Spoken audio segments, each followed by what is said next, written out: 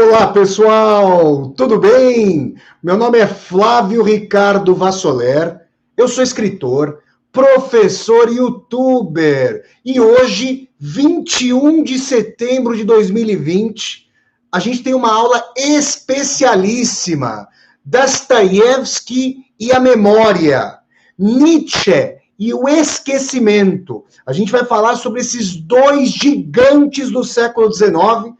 E nós vamos perceber o seguinte, já trouxe até aqui, gente, para vocês, uma ampulheta, dá para vocês verem aqui, ó, uma ampulheta, porque essa ampulheta que eu utilizei na semana passada, salvo engano, no sábado aí, na live que eu fiz ali no canal @Albert Camus Brasil, para falar sobre o Dostoiévski e o Camus que caminha entre o Dostoiévski e o Albert Camus, esse grande escritor francês de origem argelina. O Camus, caminhando entre Dostoiévski e Nietzsche, tenta como que fazer uma síntese entre o tempo e o infinito. Então, essas duas dimensões fundamentais, o tempo nietzscheano e o infinito dostoiévskiano, com essa ampulheta, que é o nosso tempo. Pergunta, o que é o tempo? Resposta, meu corpo. Pergunta, o que é o corpo? Resposta, meu tempo. Essa ampulheta, esse objeto aqui vai ser a síntese da aula de hoje. Por quê? Quando vocês querem ler o Dostoiévski pelo prisma do Nietzsche, vocês invertem o russo de cabeça para baixo. Vocês coloquem o russo de cabeça para baixo. Se vocês quiserem ler o alemão, Nietzsche, pelo prisma do Dostoiévski, vocês vão colocar o alemão de cabeça para baixo. Então, a gente já vai começar a falar sobre esses dois gigantes aí do século XIX, Dostoiévski e Nietzsche. Antes, quero dar alguns recados para vocês. Vocês estão vendo aqui atrás de mim, ó, esse quadro, essa foto, na verdade, que é uma foto de uma escultura chamada O Ovo da Serpente. Eu também estou aqui, gente, ó, quero mostrar para vocês, quero tentar mostrar sem a luz, sem reflexo.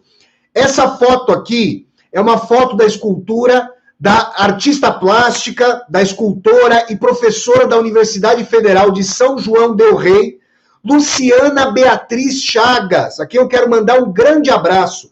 Essa é uma foto, estou tentando mostrar sem reflexo para vocês, da escultura que ela fez, o Ovo da Serpente. E aqui atrás, ó, vocês têm uma outra foto atrás de mim. Como que a Luciana chegou a fazer? Isso aqui é uma foto, né, um recorte da escultura que ela fez.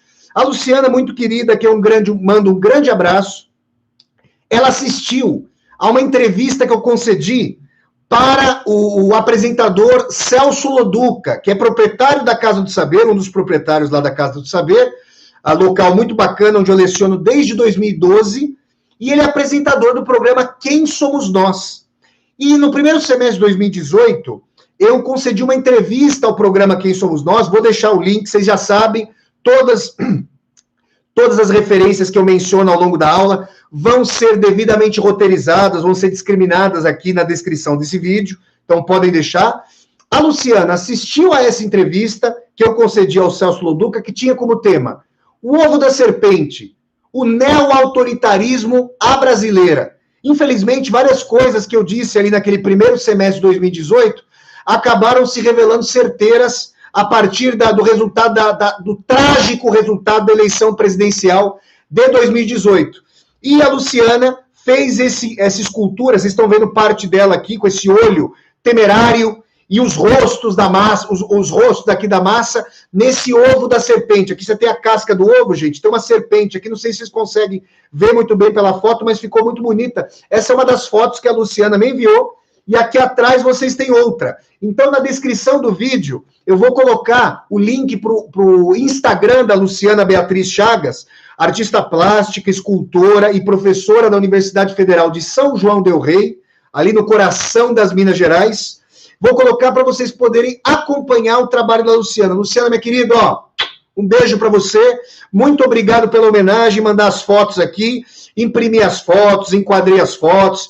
Tem lá com a moldura de cor negra e essa aqui com a moldura de cor branca. Tá bom, gente? Esse é o primeiro recado, um agradecimento encarecido, deixa eu colocar aqui desse lado, para a Luciana. O segundo recado é para você que está chegando pela primeira vez a esse meu canal do YouTube, Flávio Ricardo Vassoler. Se você ainda não está inscrito ou inscrita no canal, se inscreva, toque a sinetinha para poder receber as notificações e quero dar um grande abraço a todos e todas vocês que já estão inscritos e inscritas. Por quê? Porque ao fim desse mês, oxalá, bateremos a marca de 4.000 pessoas inscritas neste canal e chegaremos brevemente aos 5.000 inscritos e inscritas, pessoal. Vamos fechar o ano com 10.000? Vamos passar de 10.000 ao fim do ano? Maravilha, hein, gente? Vamos lá. Já pedindo ao pessoal, esse é o pedido de sempre, vamos dar um like aqui já no vídeo para impulsionar o vídeo. Vamos lá preparando as perguntas de vocês. Para quem está chegando pela primeira vez, a explicação rápida sobre como se dá a aula aqui. Cada aula ao vivo, todas as segundas-feiras, às 8 horas da noite. A aula tem uma duração de 1 hora. Nós vamos começar aí um pouco antes das 8h10, eu estou vendo aqui no relógio. Daqui a pouquinho já começa. E depois eu abro para meia hora de perguntas. Mês de setembro já está acabando. Semana que vem, última aula de setembro, já vai sair programação nova do canal. Tá bom? Então vamos dar um like aqui no vídeo. Vamos preparar as perguntas. Quem não conseguir ter a pergunta respondida já sabe. Traga a pergunta para os comentários aqui do vídeo. E o último recado. Gente, olha, outro agradecimento. Eu estou aqui parecendo o Adilson Maguila Rodrigues. Quem tem aí a minha idade, ao redor da minha idade, 38 anos, caindo, tropeçando no paralelepípedo, no penhasco dos 39. Quem se lembra do grande Adilson Maguila Rodrigues, pugilista brasileiro, que ousou lutar quando a George Foreman tomou uma saraivada, mas foi um nocaute terrível. O Maguila, gente fina, cara, gente boa, o baiano, salvo engano, o baiano Adilson Maguila Rodrigues, do formidável estado da Bahia. Quando ele ganhava a luta, quando ele terminava a luta, ele tinha ali um rol de agradecimentos a fazer. Parecia que ele tinha ali um livro para agradecer. Eu estou parecendo Maguila nesse caso. Mas, gente, é para agradecer mesmo, porque eu estou aqui com o nosso querido Crime e Castigo, de Fyodor Mikhailovich Dostoiévski, sobre quem eu vou falar hoje, e quero dizer que as inscrições para o curso que eu vou ministrar pela plataforma Zoom sobre Crime e Castigo se encerraram. E se encerraram em menos de uma semana. É uma alegria muito grande falar isso. Olha, quero dar um recado. 2 recados, na verdade. Olha, o Maguila. Flávio Ricardo Vassoler Maguila. Vamos lá, pessoal. São 2 recados, que é o seguinte. Vamos lá. Primeiro recado é o seguinte. 2 últimas inscrições estão sob análise. O que significa que elas podem ser confirmadas ou não. Não sou eu, gente, que faço a confirmação. Tudo é automático pela plataforma Simpla, tá? Tudo é automático. Então, se por um acaso, quem tentar se inscrever agora não vai conseguir. Por que não vai conseguir? Porque agora as vagas estão todas tomadas.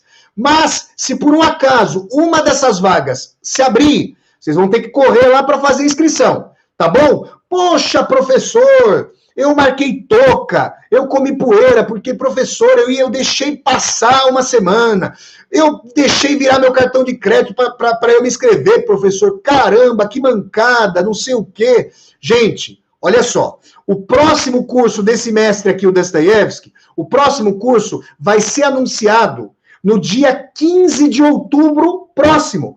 Justamente quando começar o primeiro curso, eu já vou anunciar o segundo.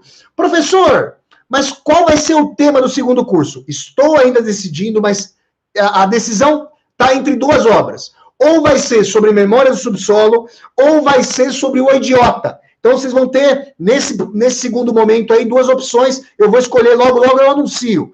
Ah, professor, mas eu queria ver, porque eu queria ver o curso sobre o Crime e Castigo. Gente, quem não conseguir ver esse curso agora, as aulas vão ser gravadas e depois eu vou oferecer o curso num pacote fechado por plataformas online. Mas já adianto, o valor do curso, que é bastante acessível pelo Zoom, não vai ser o mesmo na venda do curso pelas plataformas online, tá? Então, por isso que eu dou esse adianto aí para vocês se inscreverem nos cursos da plataforma Zoom. O número de vagas é generoso, o valor é generoso, é uma democracia para os alunos, é uma democracia para o professor, tá tudo certo. Tudo bem, gente? Recados dados. Vamos começar agora a nossa aula. Quem está assistindo pelo Facebook, vem para cá, prestigia aqui o canal no YouTube, vamos prestigiar, vamos dar um like, gente. Vamos dar esse like para a gente bombar essa sala de aula, vamos lá? Agora é o seguinte, pessoal, nós estamos aí, hoje eu vou falar sobre 2 dos grandes autores. o autor que mais me influenciou nesses quase 39 anos, Dostoiévski, e esse que é, a se bobear, o maior filósofo que eu encontrei, aquele que mais me influenciou. E o que me agrada na obra do Nietzsche é o caráter telúrico, é o caráter do camarada que põe o pé no chão sofrido da vida e afirma a vida a despeito dessa tragédia, a despeito ali dos escombros. Esse Nietzsche, que é mundano, que faz análises psicológicas, que consegue entrever a verdade das máscaras, para usar uma expressão do formidável autor irlandês Oscar Wilde. O Nietzsche é alguém que consegue entrever com riso amargo, mas também um riso farto, mas também amargo de canto de boca, essa condição humana. E Nietzsche vai dizer, essa é uma das colocações mais interessantes e de mostrar a gratidão e o reconhecimento, Nietzsche vai dizer que só havia um psicólogo com quem ele tinha algo a aprender ainda. Claro que o Nietzsche é com a sua modéstia tradicional, né? Vocês veem que é uma colocação muito modesta, ele não tinha mais ninguém com quem aprender, a não ser Fyodor Dostoiévski. Esse, para ele, era o grande psicólogo que a modernidade havia forjado. E, aliás, o tema da aula de hoje, Dostoiévski e a memória. Nietzsche e o esquecimento, esse tema dá conta da espinha dorsal, das afinidades eletivas e das profundas dissonâncias entre as obras desses dois gigantes do século XIX. E aí, gente, é o seguinte... Como vocês sabem, todas as quintas-feiras, às 8 horas da noite, eu faço resenhas de livros aqui no meu canal do YouTube. E os ensaios, o trecho do ensaio do Nietzsche, que eu vou ler, a partir desse livro aqui, ó, Escritos sobre História, uma compilação de ensaios sobre a história do Nietzsche, que saiu aqui no Brasil pela editora da PUC-Rio, e uma edição casada entre a PUC-Rio e a Edições Loyola, e tem tradução, apresentação e notas da professora Noelle Correia de Melo Sobrinho. Eu vou ler para vocês, deixa eu só falar direitinho o nome do ensaio, eu vou ler uma parte muito bonita. O Nietzsche, gente, além de ser brilhante nas suas análises, na sua percepção histórico-filosófica, psicológica, artístico-literária, o Nietzsche é um belíssimo escritor, é um literato, assim como Arthur Schopenhauer, o seu mestre, de quem depois o Nietzsche se distanciou. O Nietzsche, como bom revolucionário no âmbito do pensamento e da criação, se tornou um parricida. E eu vou ler um trecho de um ensaio de um ensaio do Nietzsche chamado Segunda Consideração Intempestiva sobre a utilidade e os inconvenientes da história para a vida. E nesse trecho que eu vou ler vai ficar claro, é um trecho não é muito longo, mas também não é curtinho, vai me ocupar aí por alguns minutos, vou tentar dar um tostão da minha voz para vocês, aqueles que assistiam a escolinha do professor Raimundo, né? Esse clássico com Chico Anísio à frente, se lembra do José Bonitinho, o Zé Bonitinho, aquele que tinha o bigodinho, camarada meio safardana, que tinha uma voz garbosa, não que eu tenha essa voz, hein, gente, não tenho não, mas o José Bonitinho dizia que ia dar um tostão da sua voz. Eu vou tentar dar um tostão da minha voz agora para interpretar essa beleza visceral de Friedrich Nietzsche no ensaio sobre os usos e abusos da história para a vida. Vamos lá, então? Com vocês agora, Friedrich Nietzsche. Observa o rebanho que pasta diante dos teus olhos. Ele não sabe o que significa, nem o ontem, nem o hoje.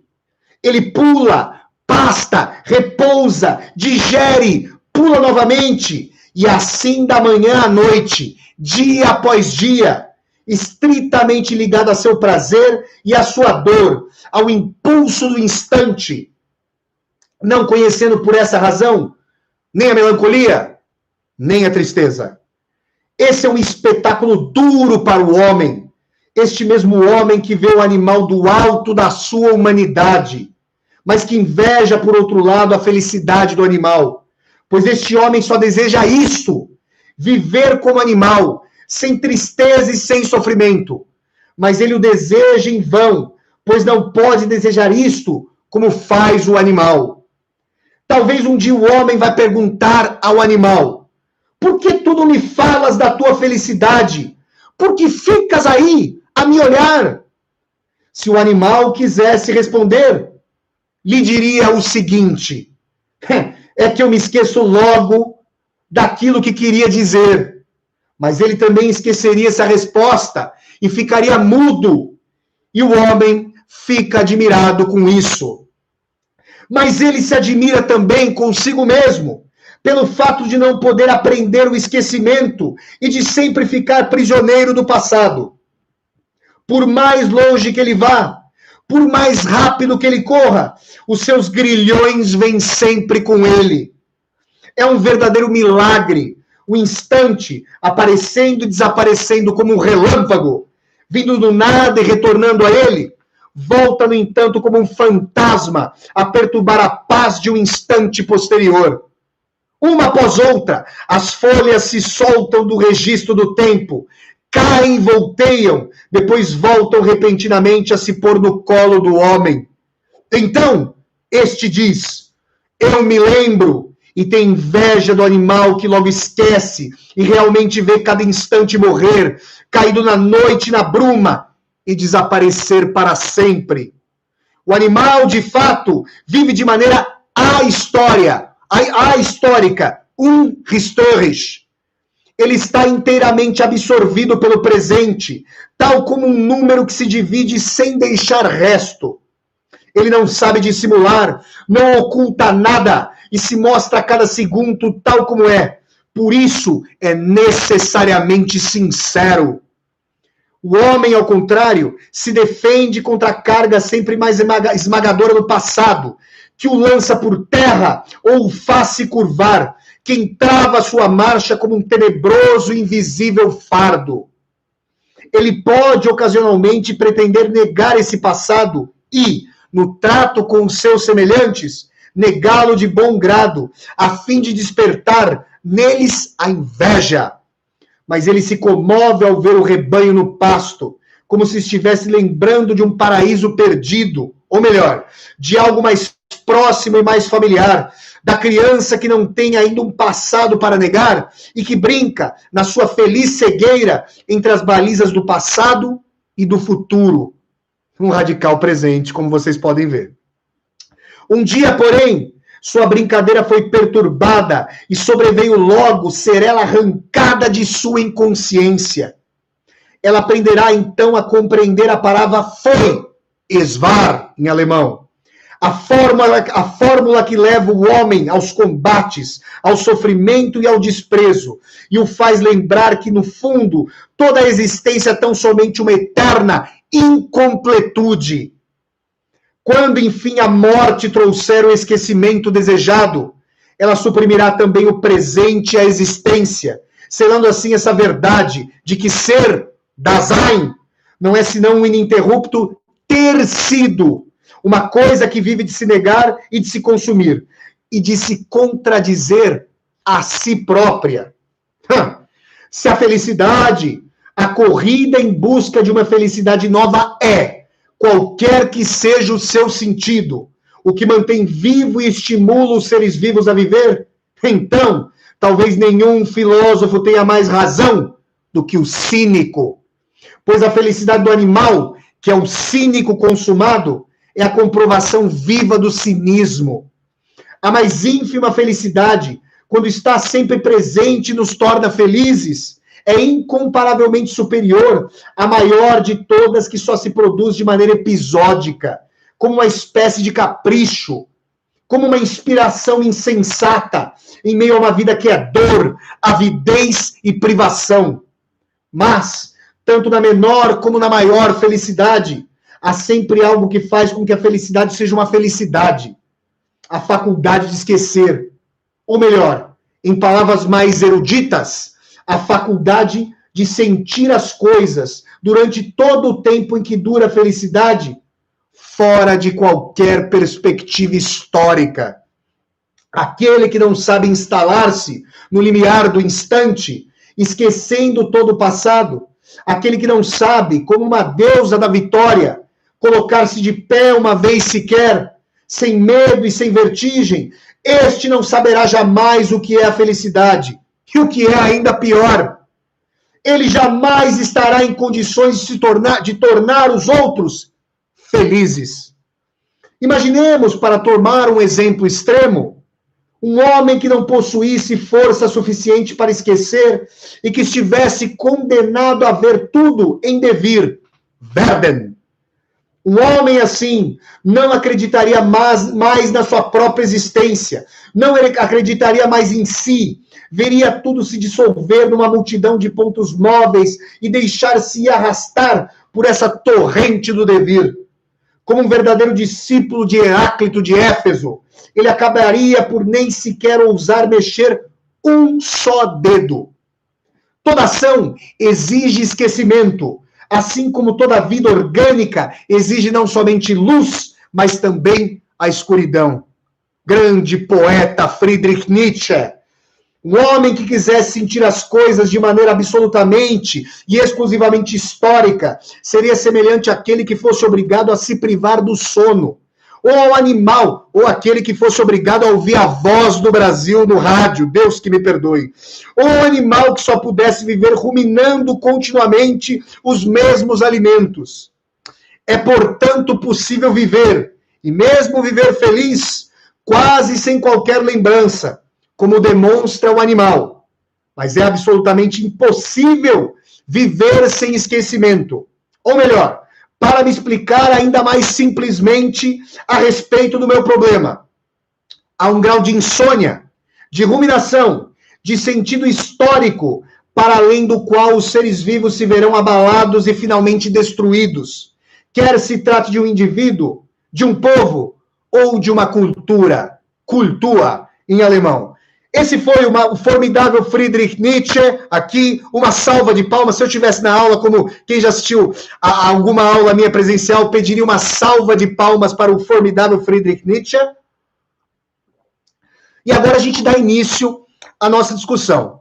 Gente, o Nietzsche fez uma comparação entre a dimensão ontológica, visceral do esquecimento e a vida insciente do animal, primeiro do animal, do bovino pastando, e depois da criança.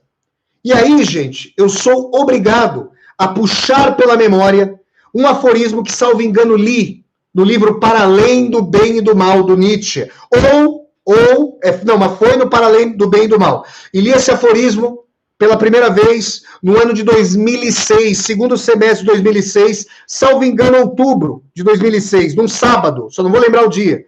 Mas li esse aforismo e me emocionei. Por quê? O aforismo diz o seguinte, tem tudo a ver com esse texto aqui do Nietzsche. Maturidade do adulto. 2 pontos. Recuperar a seriedade da criança ao brincar. Repito, maturidade do adulto. Recuperar a seriedade da criança ao brincar. É ou não é uma síntese desse trecho dos usos e abusos da história, segundo Friedrich Nietzsche? Por quê? Porque as tendências historicistas da filosofia alemã, porque Georg Wilhelm Friedrich Hegel, grande filósofo alemão, para quem a história era o movimento mesmo da ideia, do espírito, da racionalidade, da consecução da emancipação e da liberdade. Um dia faremos uma aula aqui só para falar da concepção de filosofia da história do Hegel. Mas para para esse autor que influenciaria Karl Marx, um aluno de Hegel, um discípulo de Hegel, um discípulo também parricida, que influenciaria Ludwig Feuerbach, que influenciaria os irmãos Bauer, todos esses autores profundamente historicistas estavam na ordem de enraizar o ser humano na história, de perceber, de trazer a consciência, o movimento da emancipação. Mas Nietzsche, que não pensa só na história, digamos, enraizada nessa dimensão de transformação, que para ele era algo vão, em enorme medida. Ele pensa a vida como engrandecimento de si, como obra fadada ao holocausto de si mesma pela morte, pela dimensão, eu já trago aqui, da finitude. Enquanto eu falo, vocês vão mensurando isso aqui, pela dimensão da finitude. Essa ampulheta, que é a nossa dimensão mesma, que é a passagem do tempo e a obsolescência de nós mesmos como grãos de areia pelo delgado pescoço da ampulheta. Essa dimensão faz que, para Nietzsche, a dimensão da memória, a dimensão da vinculação com a realidade mesma do tempo, é a dimensão da vinculação com a nossa decrepitude. De tal maneira que A criança radicalmente enraizada no presente, a criança que brinca de pega-pega, de esconde-esconde, que faz ali um campo de guerra com seus bonecos, que brinca de boneca, que tira a pulsação, a criança se dissolve na temporalidade. A temporalidade para ela é uma argila a ser modelada.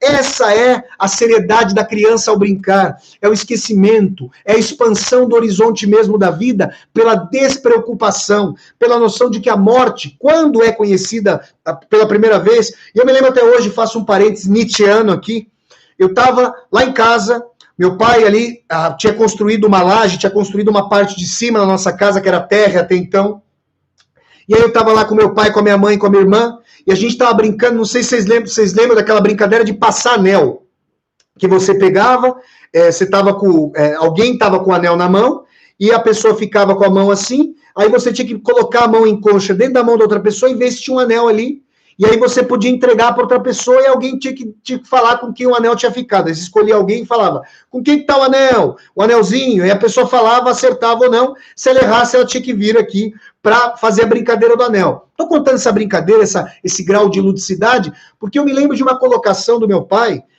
eu falando assim, não tem problema se a mãe não ganhou, porque eu tinha ficado triste que minha mãe não tinha ganhado. Aí eu falei assim, não tem problema, a gente pode ficar repetindo essa brincadeira eternamente. Aí o meu pai, e eu tinha ali ao redor de 5 anos, meu pai virou para mim e falou o seguinte, meu filho, quem disse que sua mãe é eterna? E até então, para mim, essa dimensão do eterno era simplesmente o dado, o tangível, o real, que era despertado pela hora do dia seguinte.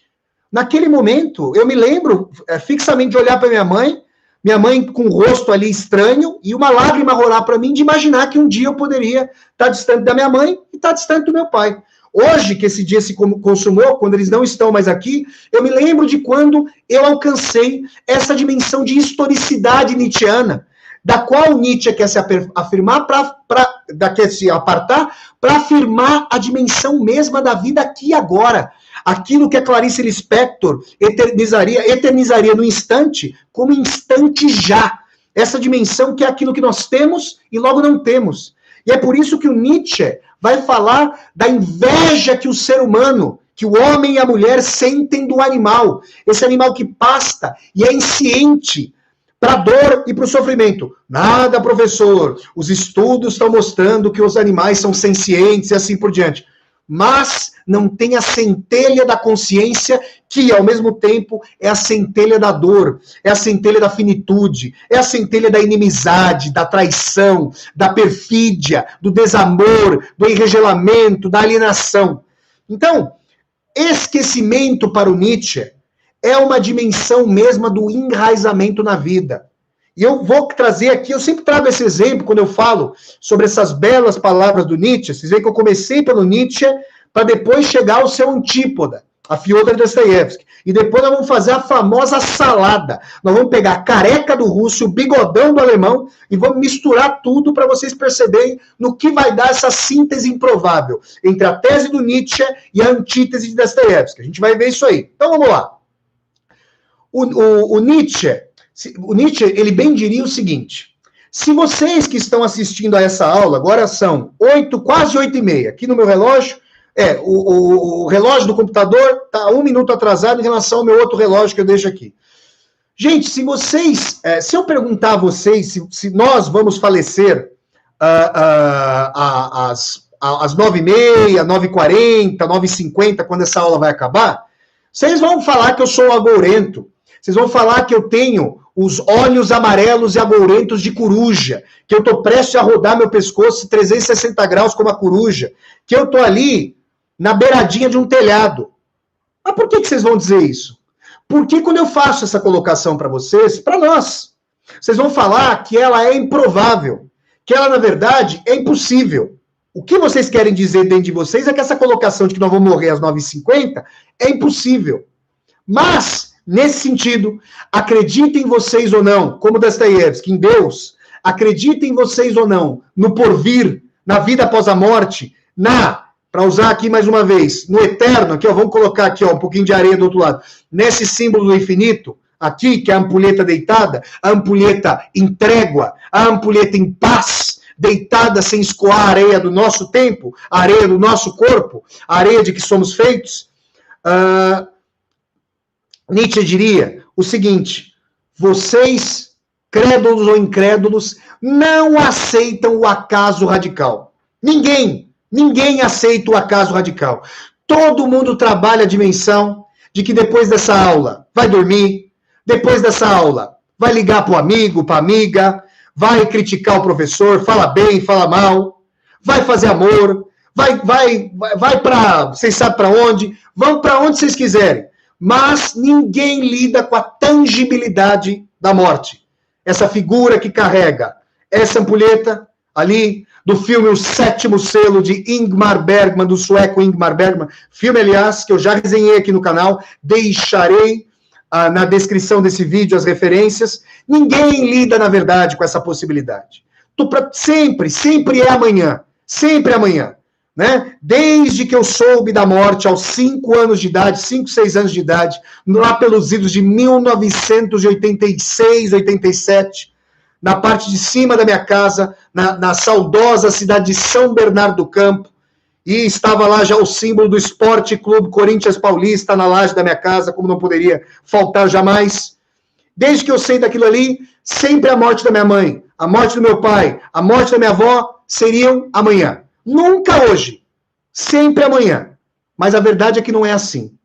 Se vocês consideram que o acaso cego, que vocês queriam que fosse caolho, é o governante da vida, não há nada que determine que nós não possamos morrer às 9h50, a não ser a probabilidade. Então, a gente está sob o domínio do Deus probabilístico. E aí, se eu determinasse como um deus draconiano da mitologia grega, como um Zeus caprichoso, que vocês, só vocês, eu não, hein? Eu vou ficar aqui para semente. Eu vou ficar sozinho no mundo, vou ficar para semente.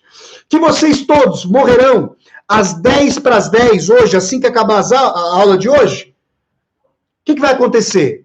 Se eu falar isso e vocês souberem, vocês vão ver todos os projetos de vocês, todos os afetos de vocês derretendo como cera de uma vela de 7 dias, que agora vai ter 7 segundos. Escoando como areia, vocês vão sentir que essa areia não é alheia, que essa areia somos nós mesmos. Então, a dimensão nietzschiana do esquecimento é uma dimensão de enraizamento na vida, buscando o presente, porque nós nos arrependemos judaico-cristamente, diria Nietzsche, do passado. Essa culpa que faz vergar o dorso, essa culpa que embota o ser humano, diria Nietzsche, essa culpa em relação à pujança da vontade, a vontade sexual, a vontade de se afirmar para além dos demais, a vontade para além do bem e do mal, essa vontade que está para além daquilo que Nietzsche vai chamar de niilismo cristão. Olha que coisa interessante. Dostoiévski chamaria Nietzsche de niilista, e vocês já vão ver por quê. Mas, na verdade, para Friedrich Nietzsche, niilista são os religiosos de quaisquer ordenamentos. Por quê? Porque projetam, diria Nietzsche, nesse livro formidável chamado Genealogia da Moral. Vocês querem ler um livro que está ali, que sintetiza ali, como que o grosso, como que o coração da filosofia nietzschiana? Leiam a Genealogia da Moral. Li esse livro primeira vez, outubro de 2006, segunda vez, março de 2016, num lapso de 10 anos. Esse livro me revelou, me trouxe luzes formidáveis e concepções duríssimas, sobre as quais eu vou falar quando eu mencionar Dostoiévski. Por quê?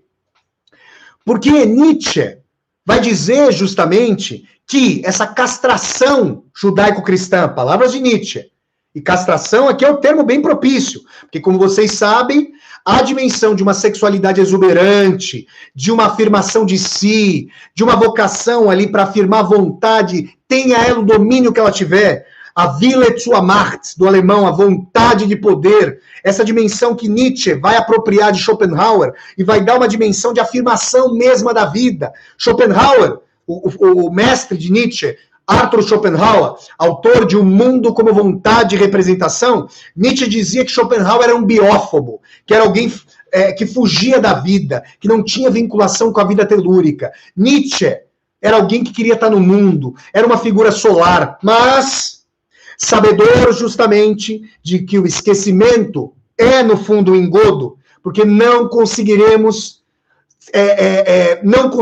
driblar a dimensão de que a consciência virá, a dimensão de uma época que, matando Deus, Deus está morto. E aí eu coloco para vocês o link aqui da leitura que eu fiz do aforismo, gente, e vou engasgando aqui, do aforismo 125 do livro A Gaia Ciência. Vejam o nome do livro, de Fröhliche Wissenschaft, do alemão, A Gaia, Ciência Feliz. Essa ciência feliz é aquela do homem louco que sabe que Deus morreu e leva uma lanterna ao meio-dia para as igrejas tornadas sepulcros. Porque a consciência moderna, a consciência que já não tem qualquer certeza sobre a existência da vida após a morte, a consciência da vida, a morte, essa expressão toda junta, a consciência da própria finitude, é uma consciência do cadafalso. É a consciência de que a criança vai ser sustada pelo adulto e de que o adulto vai ser sustado pela decrepitude. Como diria Ivan Karamazov, essa personagem grandiloquente, esse grande intelectual dostoiévskiano de Os Irmãos Karamazov, último romance de Dostoiévski, A Vida Até Vale a Pena, digamos que até os 30. Até porque, gente, no século XIX não havia os laboratórios Pfizer, e o Viagra não existia. De tal maneira que até os 30 você ia. Agora, depois dos 30, começava a decrepitude. Começava o peso da gravidade. Começava a vida segundo o chicote newtoniano. A queda livre. E aí, gente, o desenraizamento em relação à vida vinha com a decrepitude. Não é à toa que Nietzsche vai reverberar na sua genealogia da moral e no seu Para Além do Bem e do Mal uma máxima de Mefistófeles, esse diabo do Goethe, do Johann Wolfgang von Goethe, nessa obra magnânima, das maiores da literatura universal, sobre a qual certamente eu falarei um dia em mais de uma resenha aqui no meu canal do YouTube, o Fausto de Goethe, porque o Mefistófeles vai dizer o seguinte: porque tudo que é forte nessa vida, tudo que é viril, tudo que é vivaz, tudo que é telúrico, tudo que é enraizado na vida, tudo que vibra, tudo que se irradia, tudo que ressoa como trovão e ilumina como relâmpago, virá a fenecer, virá a obsolescência, despencará, tombará. E Nietzsche, sabedor disso, tem uma dimensão de reversão da vontade de potência, do eros, do prazer, da vontade de vida, em pulsão de morte, em decrepitude, em colapso. Como se aquele que sabe que vai morrer viesse a fazer o elogio do próprio naufrágio. Essa é uma dimensão radicalmente nietzschiana. E daí, aquilo que ele considerava um veneno judaico-cristão.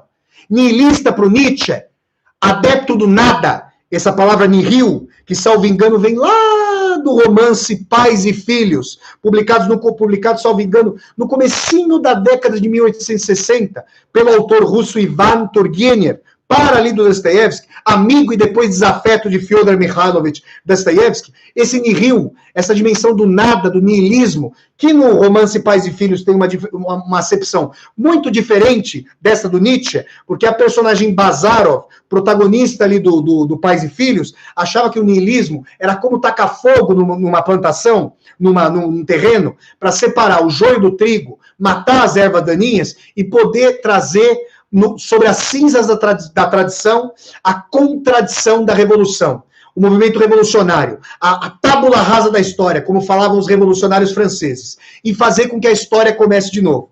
Nós que já sabemos que isso aí é uma cantilena, um blá blá blá, que o século XX desmentiu isso das experiências do socialismo real e da revolução, temos aqui uma dimensão diferente do niilismo que o Nietzsche traz. Para o Nietzsche, niilismo é o cristianismo, é o judaico-cristianismo. Na verdade, qualquer dimensão religiosa. Por quê?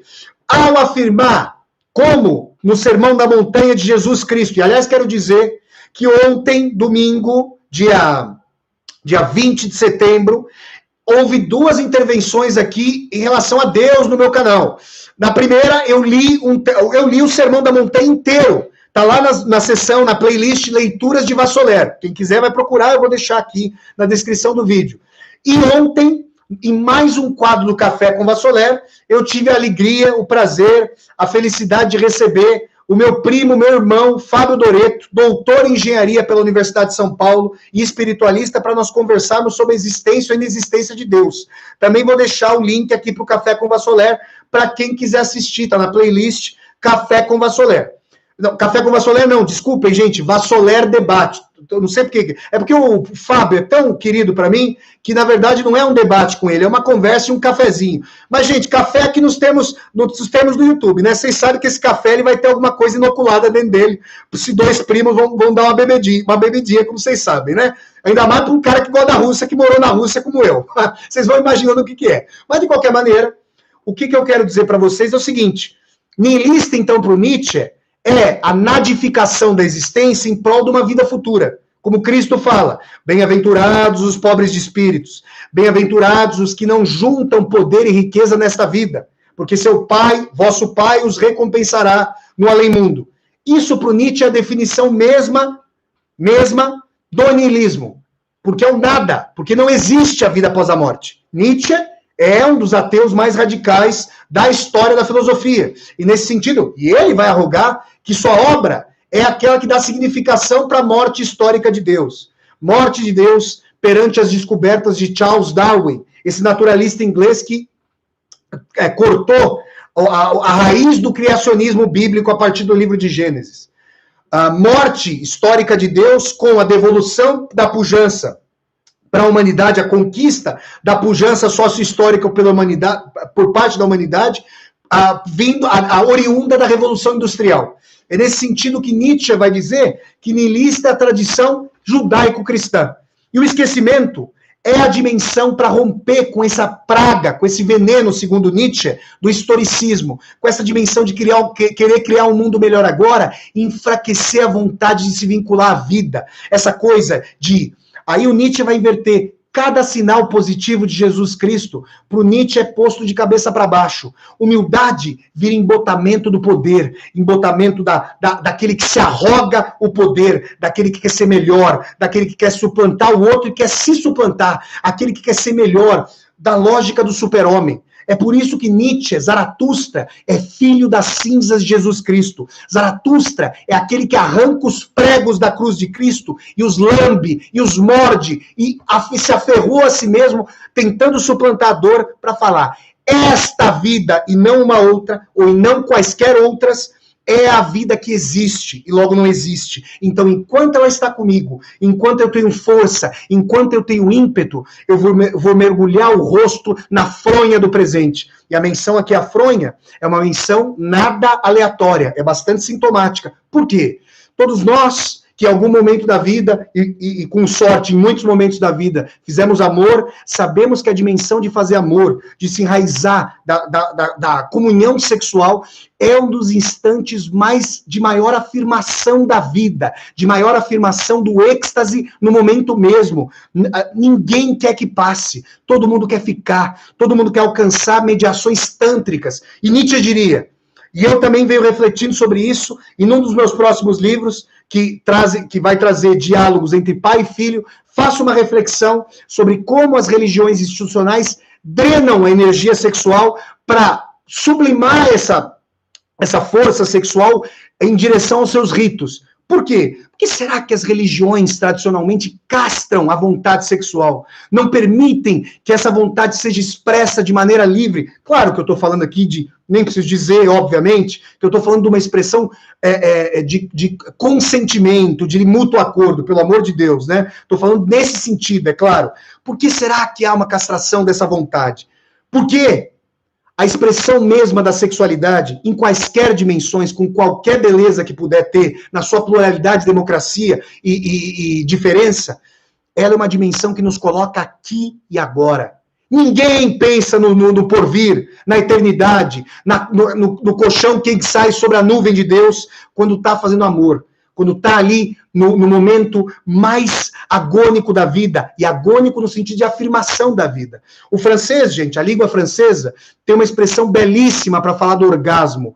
O francês vai dizer que o orgasmo, esse orgasmo esbaforido, esse orgasmo ali trêmulo, esse orgasmo de tremor e temor, é la petite mort, a pequena morte. Justamente alcançar o ápice da vida, se sente a pequena morte, porque no ápice, todo mundo que já chegou a algum ápice, espero que muitos e muitas de vocês tenham chegado a múltiplos ápices nesse sentido, já olhou para baixo e viu que dá medo da vertigem, dá medo de sair.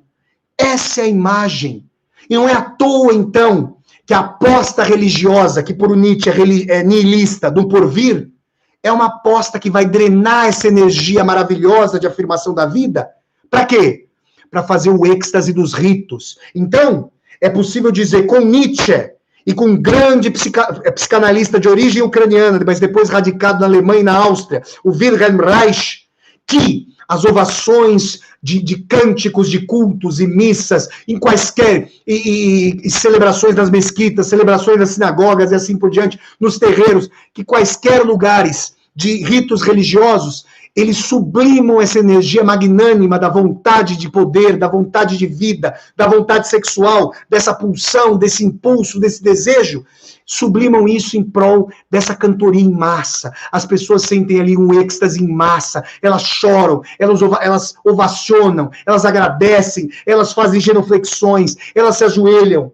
Vejam que coisa, que simulacro dessa vontade escoada em outros sentidos. É essa a visão do esquecimento para Nietzsche. Gente, essa é a visão de alguém que quer que o ser humano seja bovino na sua inconsciência para poder viver o gozo multiplamente. Essa pulsão em todos os sentidos. Daí vocês veem por que o psicanalista austríaco Sigmund Freud, numa carta, salvo engano, para o seu grande amigo de juventude ali, o Wilhelm Fliess, ele vai dizer, e eu li essa referência num livro maravilhoso do historiador e psicanalista austríaco, depois se radicou na Inglaterra, salvo engano, Peter Gay, uma biografia chamada Freud, Uma Vida para o Nosso Tempo. Não é à toa que o Freud vai dizer que se não parasse de ler o Nietzsche, não ia ter mais nada para falar. A psicanálise estava toda lá, ele era muito mais um sistematizador do que já estava dito pelo Schopenhauer, pelo Nietzsche e pelo Dostoiévski, do que um inventor, do que um Cristóvão Colombo do continente da inconsciência. Vejam que expressão. Então, gente, esquecimento nietzscheano é a afirmação da vida. Agora, como só ia acontecer na história das ideias, Fyodor Dostoiévski é a pulga atrás da orelha de Nietzsche, como Nietzsche é a pulga atrás da orelha de Dostoiévski. E agora eu vou fazer o papel do advogado do diabo, esse ser que é o rei da imanência, como diria Jó, esse pobre coitado que é espezinhado na jogatina, nas apostas entre Deus e o diabo, todos aqueles que já leram este que é um dos livros mais formidáveis do Velho Testamento, o livro de Jó, sabem que Jó passa pelos caprichos de Deus e do diabo. Vou ainda ler trechos do livro de Jó, nesse meu caso, demônio, de caráter demoníaco, a partir do livro de Jó. Aguardem, mas vamos lá. Como é que um Fyodor Dostoiévski veria isso? Olha, ele veria da seguinte maneira. Senhor Nietzsche, o senhor que se gaba tanto de olhar para o lado diurno e noturno da condição humana, está aí afirmando a vida, está aí criando o seu Zaratustra no cume da montanha, trazendo as suas palavras no prólogo, descendo a montanha, para trazer a palavra aos ignaros, né, que precisam conhecer a verdade do além-homem, do super-homem, do Übermensch. O senhor está se esquecendo, agora afirmando a vida, de que o esquecimento tem matizes trágicos. De que, como é possível esquecer a traição? Talvez a gente possa recorrer àquela velha fala da década de 90, quando eu era pirralho lá, e, entre o fim da minha infância e começo da adolescência, que a rapaziada dizia o seguinte: quem bate, esquece, mas quem apanha, não esquece. E agora eu quero ver o seguinte, Dostoiévski bem poderia dizer o seguinte: seu Nietzsche, o senhor está olhando a história pelo prisma do algoz, do poderoso, daquele que tem poder. E Nietzsche não discordaria disso, não. Aliás, apropriações nazistoides da obra do Nietzsche, ainda que unilaterais, ainda que lamentáveis, ainda que a irmã do Nietzsche, ao fim e ao cabo, tenha modificado trechos da obra, olham para essa moral do Senhor. Mas Dostoiévski diria, e a multidão dos humilhados e ofendidos? E aqui, eu quero dizer para vocês o seguinte, na Piazza della Signoria, o local mais bonito que eu já vi nessa vida, no coração da cidade de Firenze, de Florença, essa praça maravilhosa que está na frente da Galleria degli Uffizi, a galeria dos escritórios, onde está a Pietà de Michelangelo, onde a Renascença está ali encarnada, uma coisa simplesmente suntuosa, maravilhosa, a afirmação mesma dessa vida pela Renascença. Nessa praça, enquanto eu tomava ali um cappuccino maravilhoso, eu olhava ali aquela praça como uma obra de arte e, de repente, eu deparei com uma escultura.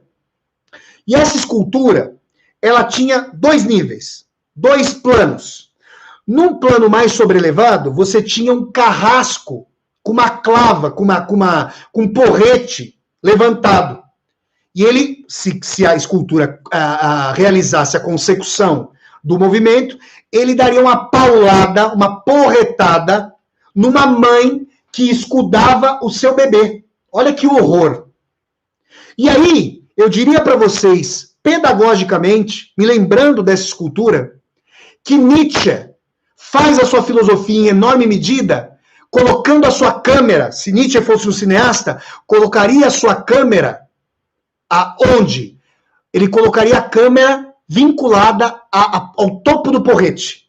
E aí o porrete, a câmera, o foco ia até a cabeça dessa mãe, estraçalhando essa mãe com o seu bebê. Onde é que Dostoiévski, com seu ímpeto da compaixão, discípulo do Sermão da Montanha, colocaria essa câmera? Nos olhos mesmos da mãe que clama pelo bebê, ou inclusive nos olhos do bebê. Então, a história nietzschiana, a tentativa nietzschiana do esquecimento, ela não é a histórica, como ele gostaria que fosse. Porque quando nós historicizamos, politizamos e localizamos, quem é que pode esquecer? Será que aquele camarada que está carregando fardo todo dia, esse gostaria de esquecer, mas não pode? Porque a vida para ele, diferentemente de ser uma vida de afirmação de si, é uma vida de prostração. E esse gostaria de abandonar a vida muitas vezes. E por vezes, vai se vincular a essa dimensão do porvir para suportar o horror daqui. Essa moral do Senhor, que está na base mesmo da compreensão nietzschiana de história e esquecimento, é algo que Dostoiévski vai denegar em prol da dimensão da memória. E a memória é empatia.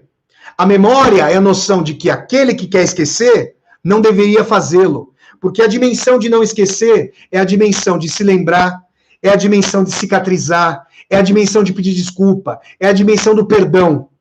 Daquele que pede o perdão, daquele que pede o perdão para aquele que foi aviltado, e a dimensão daquele que pode conceder o perdão, nessa relação de democracia do perdão, que coloca vítima e algoz e os humaniza, e os aproxima. Dostoiévski vai dizer que é perigosíssima a dimensão do esquecimento puro e simples, porque mesmo que ele faça, que ele traga um enraizamento com a vida, ele traz uma anomia, uma balbúrdia, esse termo lamentável, né? Uma figura aí, que a gente sabe lamentável, usou esse termo. Um termo até que tem uma sonoridade bonita, balbúrdia. Tem 2 Bs aí entremeados por um L, tem até um cântico na balbúrdia. Façamos a balbúrdia em nome dessa figura lamentável que articulou. De qualquer maneira, é importante aqui dizer que, para Dostoiévski, a memória é a dimensão da coexistência. A memória, ela diz respeito àquilo que está acontecendo agora, mas que é uma fração do todo. E o todo demandaria eternidade. O todo seria essa vida como uma passagem, a morte como uma passagem, a dimensão de que há, olha aqui, eternidade. E de que aquilo que é feito agora terá em algum momento, em alguma vida, ou vidas. Eu faço uma aproximação no meu livro, Dostoiévski e a Dialética, Fetichismo da Forma, Utopia como Conteúdo, entre Dostoiévski e Allan Kardec, codificador da doutrina espírita. Nesse sentido, memória, para Dostoiévski, é a centelha de Deus em nós. Tem um nome muito bonito da Bíblia, do Velho Testamento, Emmanuel. Eu tive um querido professor de redação no 3º colegial, hoje um grande amigo, Emmanuel. A gente fala Emmanuel aqui do português, ou Immanuel Kant, Quem vai se lembrar do nome desse grande filósofo alemão? Emmanuel quer dizer Deus conosco. Memória, nesse sentido, é a dimensão de que o que é feito precisa ser cicatrizado. Imaginem vocês, e esse foi um exemplo que eu usei no Vassoler Debate com o Fábio Doreto sobre Deus ontem, e retomo aqui hoje. Imaginem vocês que alguém que fere o outro, e não só fisicamente, gente, a ferida física é terrível, mas como todos nós sabemos, em maior ou menor medida, a ferida de uma palavra, a faca só lâmina de uma palavra, para usar essa expressão maravilhosa do poeta brasileiro, salvo engano, nascido no Recife, João Cabral de Melo Neto, a faca só lâmina, a palavra como faca só lâmina, o olhar de desdém como faca só lâmina, o esquecimento. Aí vejam só, como é duro, hein? Vocês estão fazendo aniversário, vocês se prepararam, né? O rapaz se arrumou, a moça se arrumou, esperando a ligação da pessoa amada, esperando que a pessoa dê um reconhecimento, admire, participe, e existe o esquecimento. Esse esquecimento não é uma faca só lâmina no coração da gente? Pois é, gente. Isso que já nos machuca naquilo que é mais comezinho, que parece algo menor.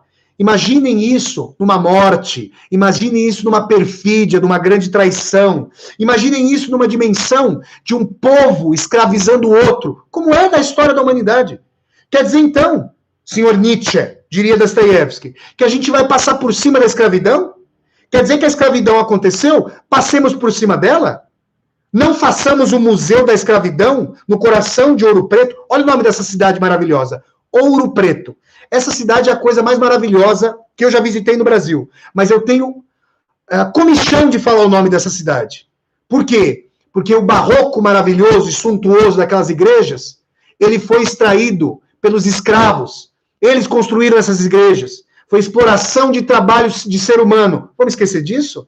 Vamos deixar isso de lado? Sim. Numa dimensão de deixar de lado para cicatrizar, para tocar a vida adiante? Sim. Mas pagando indenização, não é isso, senhor Brasil? Que não pagou indenização a quem foi escravizado, pagou indenização aos proprietários que perderam as suas mercadorias humanas, que horror! Então, como é que a gente fica nesse sentido? Dostoiévski vai dizer que a memória, como centelha de consciência, como centelha divina, é um elemento de cicatrização. Claro que Dostoiévski e Nietzsche convergem num determinado ponto. Memória que não supera a si mesma, memória que não age para cicatrizar, se transforma em rememoração. E rememoração é ressentimento, é a impossibilidade de superar o passado. Quem não conhece, quem nunca lidou com aquela pessoa, todo mundo conhece, que assim, aquela pessoa... Olha, eu vou contar um caos para vocês, porque esse caos é bom, é da minha família, lógico que eu não vou contar quem é da minha família, e é um caos engraçado, mas duro. Gente, eu tenho uma parente muito querida, muito amada, e anos atrás, estou falando aí coisa de 15 anos atrás, essa pessoa, essa parente tão amada minha, ela tinha uma vizinha, que Deus a tenha, ela tinha uma vizinha que estava sempre na casa dessa minha parente, mas sempre, e entrava sem bater na porta, e usava telefone, e abria a geladeira. Aquela pessoa, numa palavra, espaçosa. E aí foi o seguinte, toda vez que a gente ia visitar essa nossa parente tão amada, tão querida, que eu realmente amo de paixão, ela chegava lá para nós e falava assim, ai, por que fulana faz isso? Ai, porque fulana faz aquilo, porque não dá, eu não aguento mais. E descascava uma cebola ali. Descascava em lágrimas, se esvaía em lágrimas. E a gente ali no começo ficava com comiseração. Aí chegou um dia, né, eu, com a minha impetuosidade, falei, não, pera lá, fulana, pera lá. Então, pera lá que eu vou resolver essa história agora. Que história é essa? Vamos lá que eu vou falar com ela. Não, pelo amor de Deus, não faça isso, não seja mal criado, porque isso é um desaforo, porque não pode fazer isso, que não sei o quê. Aí eu, ai meu Deus do céu, mas o que ela fica reclamando se não resolve a situação? Vai resolver a situação, meu Cristo Redentor.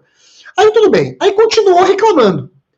Até que um dia, eu comecei a me dar conta do seguinte, oh meu Deus, será que ela gosta dessa encheção de saco da vizinha? Será que essa pessoa está reclamando da boca para fora? E aí um outro parente nosso, também muito amado e querido, apesar de torcedor do São Paulo Futebol Clube, aliás, não tenho nada contra quem torce pro São Paulo, obviamente é uma brincadeira isso aqui, mas é torcedor do São Paulo, então vocês já imaginam que eu, corintiano, ele São Paulino, as querelas não são pequenas. E aí, esse meu amigo, esse meu parente tão querido, chegou lá um dia e falou assim, ô Flávio, você não tá vendo, rapaz, que a questão da nossa querida aqui, parente, é uma só? Eu falei, mas qual que é? Meu amigo, qual que é a questão? A questão dessa nossa parente é a seguinte, ai meu Deus do céu, eu tô com um problema enorme, mas ai de quem tirar esse problema da minha vida. Aí eu mato, eu quero matar quem me põe problema, mas se tirarem o problema da minha vida, eu mato. O que isso tem a ver?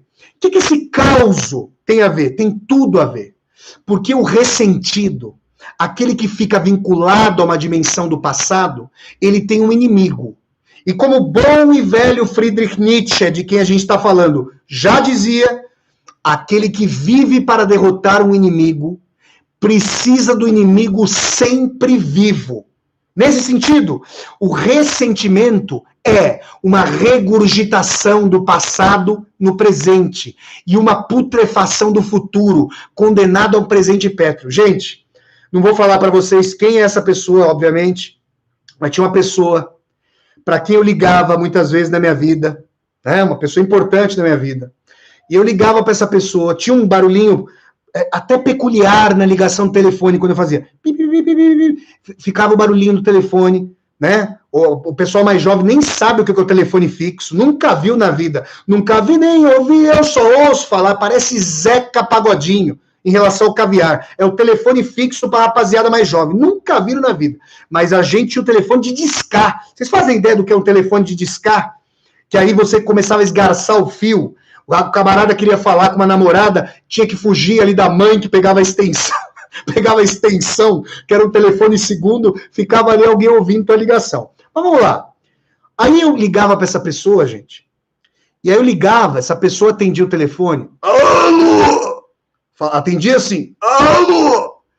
E tava com uma voz, aquela voz de bolor, aquela coisa que parecia que a briga última, da último telefonema, da última discussão, da última conversa, estava suspensa. Era o ressentimento. Alô! O retorno. Essa volta de um sentimento que não foi cicatrizado. Então, o que eu estou querendo dizer para vocês com esses causos, eu que gosto de contar uns causos, como escritor que sou, é o seguinte.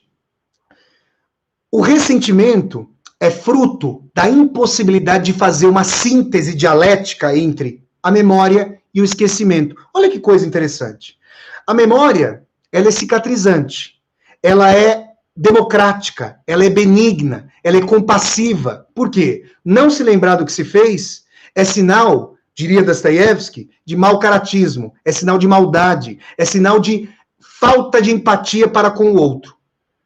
Porém, Nietzsche diria, só se lembrar, só trazer à tona, não deixar que o tempo tenha uma camada curativa, que o distanciamento seja como a mão estendida para as pazes e para a amizade, que essa dimensão do mercúrio do tempo passar ali sobre a ferida, essa dimensão precisa de esquecimento. Então, a superação do ressentimento é uma síntese entre a tese da memória e a antítese do esquecimento. Então, o ressentimento é a impossibilidade dessa síntese. Essa dimensão, gente, vai dando conta aí para nós do que são algumas dimensões de memória e esquecimento. Em Dostoiévski e Nietzsche. E eu diria para vocês, aqui pegando a minha ampulheta, Nietzsche sabe que o tempo é finito. Dostoiévski acredita. Aliás, eu também diria que Nietzsche acredita que o tempo é finito. Como é que você pode ter certeza de que o tempo é finito? Alguém tem certeza? Alguém aqui pode me dizer que tem certeza absoluta da finitude do tempo? Alguém conhece o cosmos como um todo? Vocês conhecem? Gente, deixa eu falar um negócio para vocês. Recentemente, eu sou assinante do newsletter da mala direta do jornal El País Brasil. Aliás, que é maravilhoso. Maravilhoso. Discordo de algumas posições políticas do El País. E daí? Qual o problema? Não, obviamente, o El País não precisa concordar comigo, nem eu concordar com ele. Mas é um jornal muito bem feito, com reportagens bem escritas. E, gente, eu estou citando isso porque outro dia eu peguei uma newsletter lá e eu falei, eu não estou lendo isso é muito poético. Sabe o que tinha acontecido? Um buraco negro tinha engolido o outro. Você já sabe o que é o buraco negro? A cessação de energia, a morte de uma estrela, que vira ali algo invaginado no universo. Imagina um coador de café, que aí o universo faz o coador de café da minha avó, e o meu avô usava meia velha para desespero da minha coitada da minha avó, usava meia velha para passar o café. Imagina um coador ali, vindo para o universo, para a barriga do universo, e aí vocês têm o quê? Um buraco negro deglutindo o outro. Uma guerra robesiana, não é do homem contra o homem, da mulher contra a mulher. Um buraco negro deglutindo o outro. Aí a ciência está tentando explicar isso. E um camarada, do alto da sua empáfia, quer me dizer que ele sabe o que é a certeza, que ele tem certeza absoluta de que Deus existe ou de que Deus não existe. Vocês estão percebendo? Que é algo que faz com que eu me lembre de um ensaio simplesmente magistral, que eu já deveria ter lido em parte nas leituras de Vassoler, mas que lerei, um ensaio chamado O Homem Perante a Natureza, do grande filósofo francês Blaise Pascal. Li esse ensaio pela primeira vez lá pelos idos de abril de 2004 e nunca mais me esqueci. O que é a formiga perante o homem? Nada. O que é o homem perante o Everest? Nada. O que é o Everest perante o Sol? Nada. O que é o Sol perante Andrômeda? Um cisco. Então nós estamos premidos entre o ínfimo do outro, ínfimo que também somos, e o máximo do outro, ínfimo que também é o máximo. Gente, absoluto é simplesmente uma noção de Narciso, olhando para o lago e vendo a sua imagem como se fosse a perenidade. Então, gente, Nietzsche acredita que essa é a expressão do tempo. Para Nietzsche, essa é a expressão do tempo.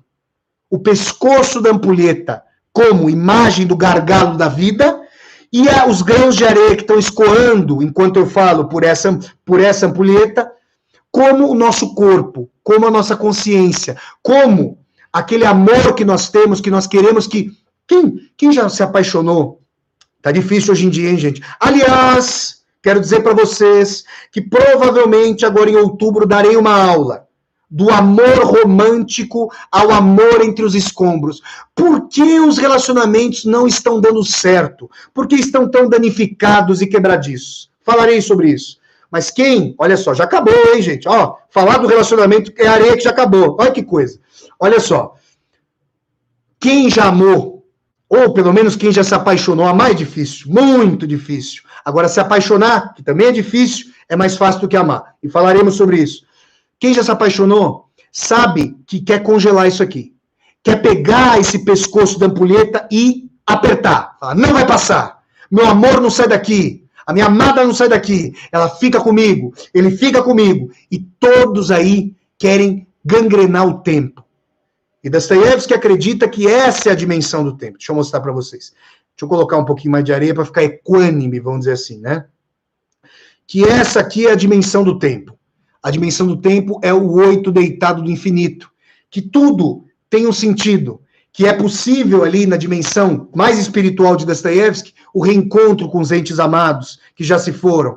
A dimensão de que uma falta vai ser expiada. Não com o inferno eterno, mas porque a centelha de Deus, que é a memória, que é a consciência, pode fazer não só com que um assassino receba o perdão, mas com que, iluminado pela dimensão da consciência, da centelha divina, ele próprio precise perdoar a si mesmo por intervir na vida de outrem. Então, gente, nós temos aí duas dimensões completamente antípodas. Nietzsche é Dostoiévski de cabeça para baixo.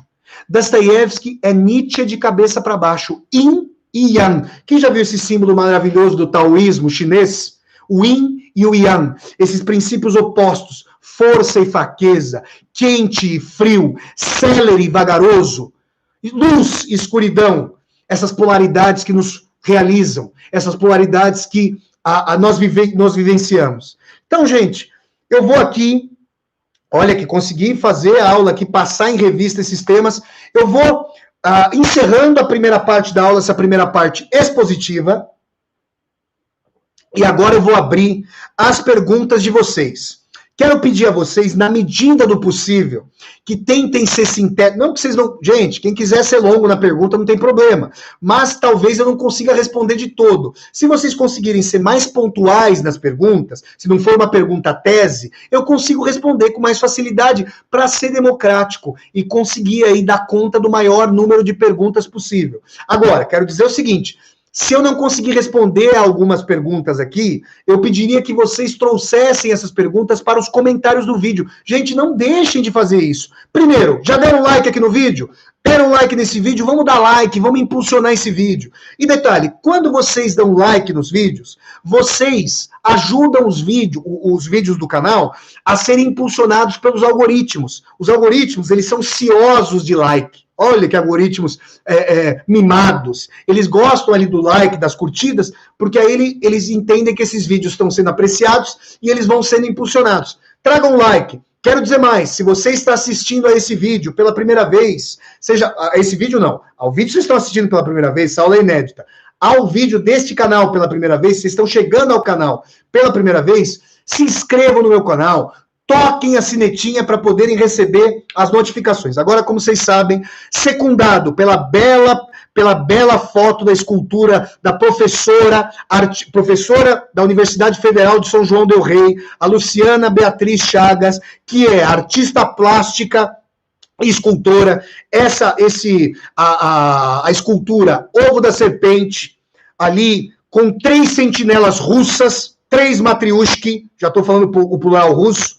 Eu vou começar a ler aqui, secundado pelas matriushki aqui embaixo e aqui em cima, e pela foto da escultura da Luciana Beatriz Chagas, vou começar a ler as perguntas de vocês. Sandra San, não estão falando de onde vocês vêm, hein, gente?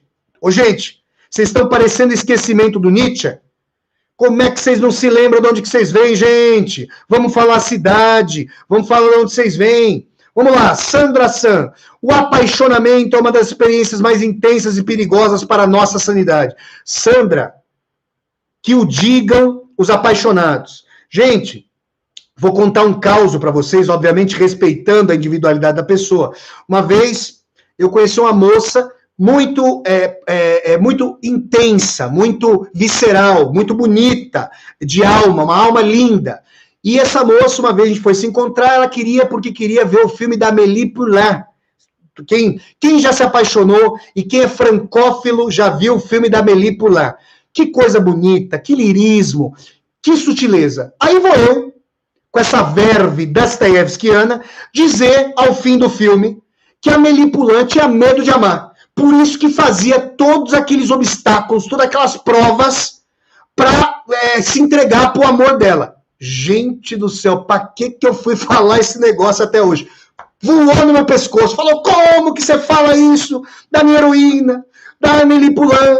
Então vocês percebem, gente, que vocês têm que ter um pouco de esquecimento nietzschiano, para não dizer determinadas coisas. E vou dizer mais, hein?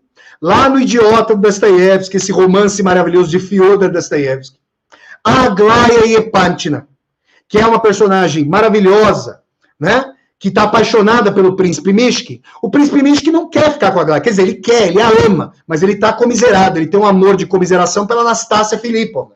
E ele fala isso para a Aglaya.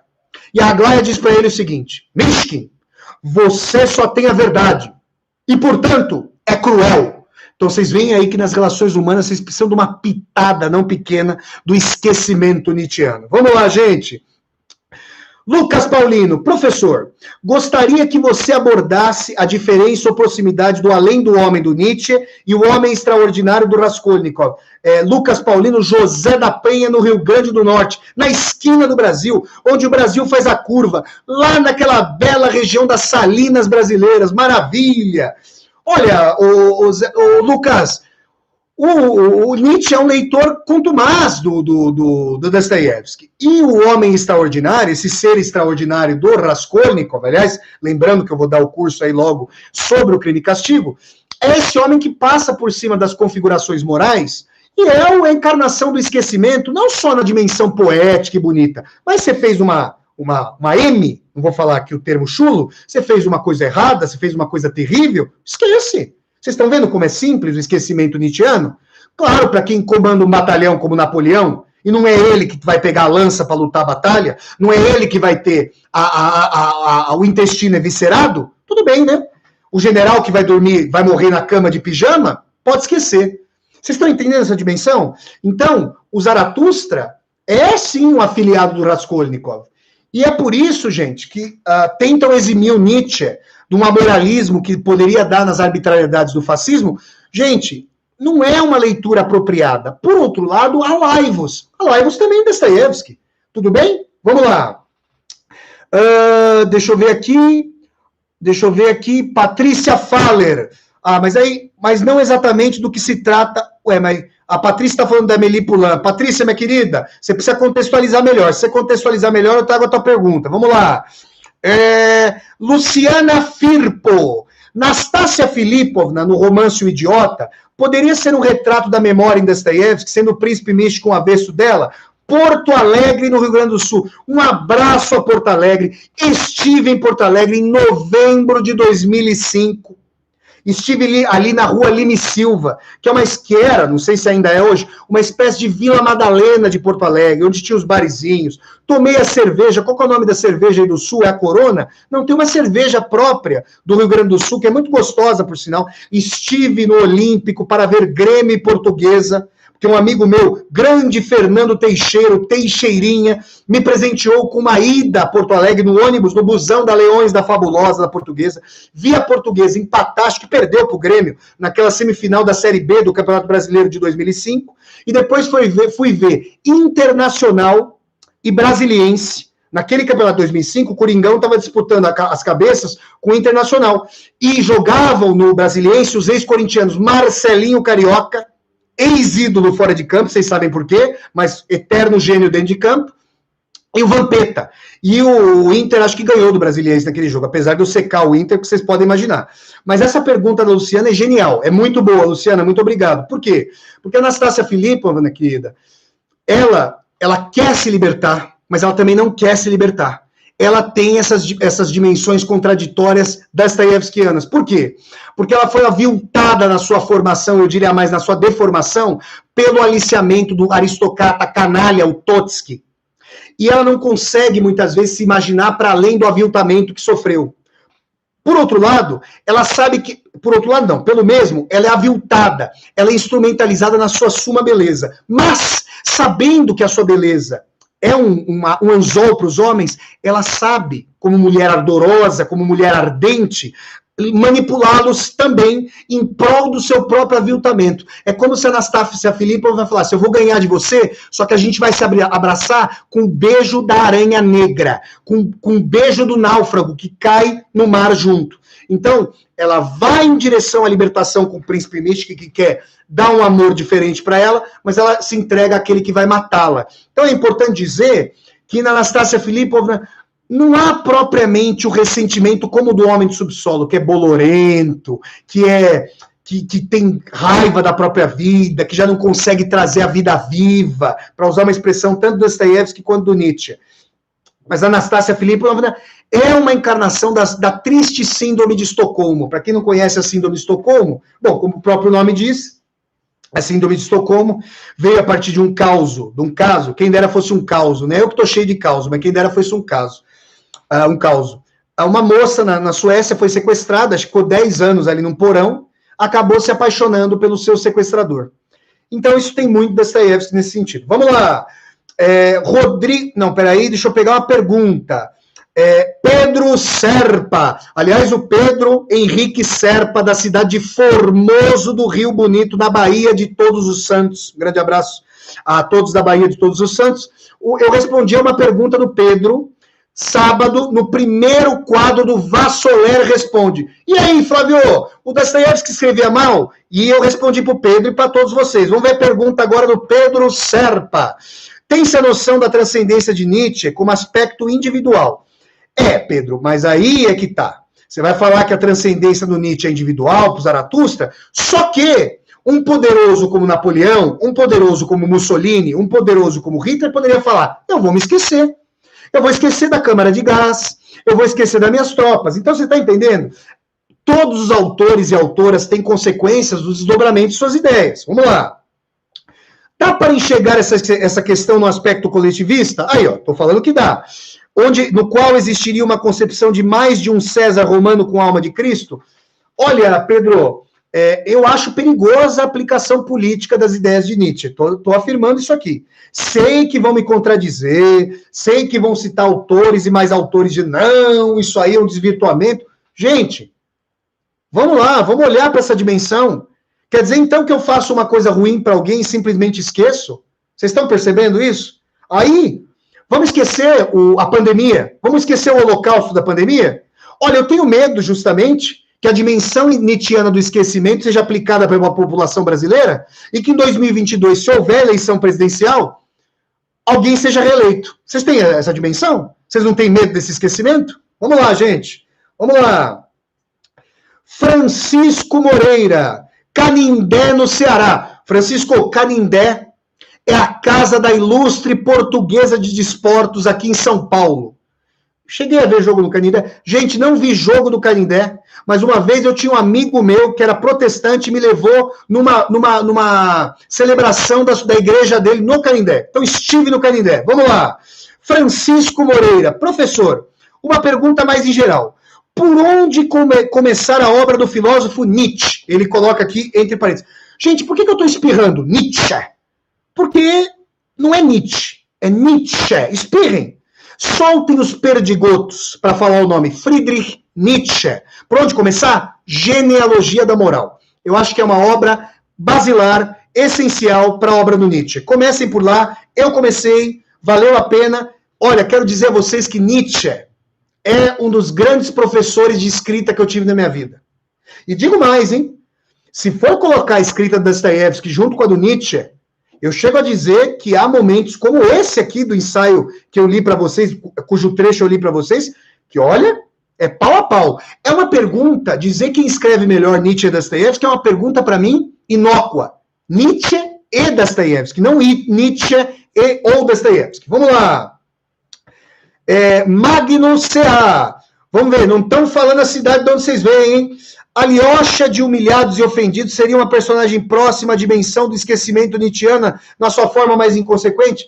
Ele seria, Raskolnikov seria, de Crime e Castigo, Nikolai Stavrogin, dos Demônios seria, Kirillov, de Os Demônios seria, Kirillov se suicida, Stavrogin mata e é pedófilo, Raskolnikov mata, Svidrigailov é um extorsionário, quase pedófilo e um canalha do Crime e Castigos. Tem um monte. O próprio Homem do Subsolo é que não comete nada, não sai daquele subsolo comezinho, mas é inteligente, mas uma inteligência sem o chão da vida. Vamos lá.